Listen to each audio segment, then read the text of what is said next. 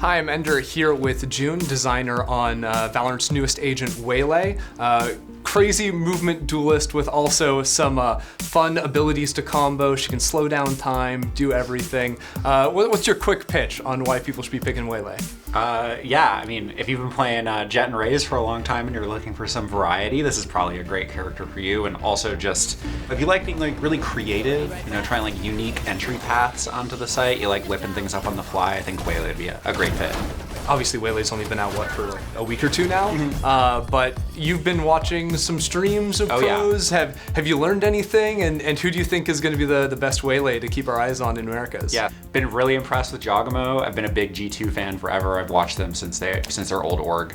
And I think seeing Jawgamo do some things that I didn't even think I would do on Waylay, like ulting back into where he had activated the refract beacon and then like following up on the ult with the refract was just like super brain breaking for me and like really cool to see. Oh my god, holy guacamole. It worked! I want to dive in and ask you straight up about how you design a movement-based duelist that has these types of abilities that like initiators might usually have that can sort of set up a teammate. And how do you keep that balanced for pro play when teams are going to be coordinating so nicely? Yeah, so like when we were originally planning and like thinking about Waylay, a big part of that was like, what is the opportunity space for another, you know, entry duelist in the game? And, you know, Raze and Jet are very selfish, like play for themselves kinds of characters that have that entry ability. And we just felt like it was a good opportunity to expand some of that design space a little bit. And when we were thinking about like the balance of the character, you still have this like incredibly powerful tool that can like get you onto the site and capitalize off of utility very fast, faster than either Jet or Raze. So we were just thinking about essentially complementing that by not making that more self-reinforcing for Waylay for Waylay to get the kill regardless of what her team does, but to make it so that she's like bringing something to the table in that coordinated environment. 第二波打反清，山峰地线加太湖的精准投光给出来，康康已经把速流回光交过了。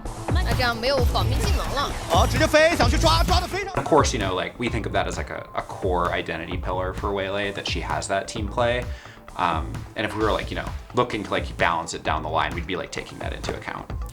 I was wondering too, because you know a lot of the duelists that have dominated metas in the past have been like very strong on the op, for example, a Jet, where a lot of people are comparing Waylay to Jet, but Waylay doesn't have the same types of tools as Jet to op, right? Right, yeah. Actually, when we were really early on thinking about Waylay, it was like a super early choice that you equip the dash or that you set your refract location from a safe location, is we were thinking about how to make this character have these mobility tools without making them like super op-centric, like this like op powerhouse like Jet.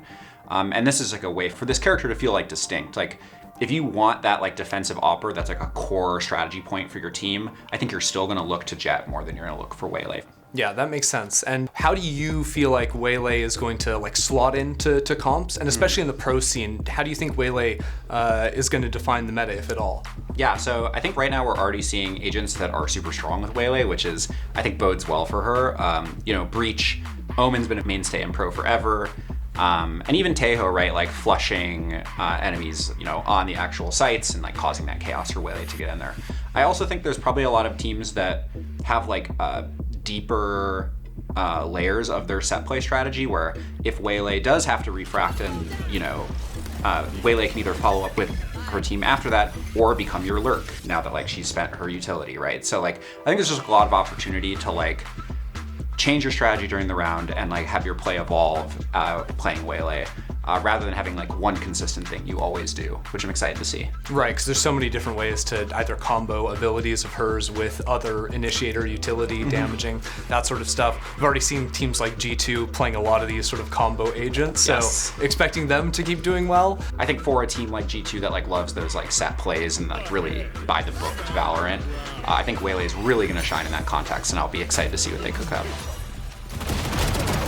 Do you think that Waylay is going to be seeing some play already in week 1 in Americas? One can dream. It's a designer's dream. Like when we design these characters, like we're just kind of excited to see them at the highest level, of course, because we spend a lot of time thinking about it and planning that context, right? I think there's a good shot we'll see Waylay in week 1, especially some teams that are feeling a little more experimental.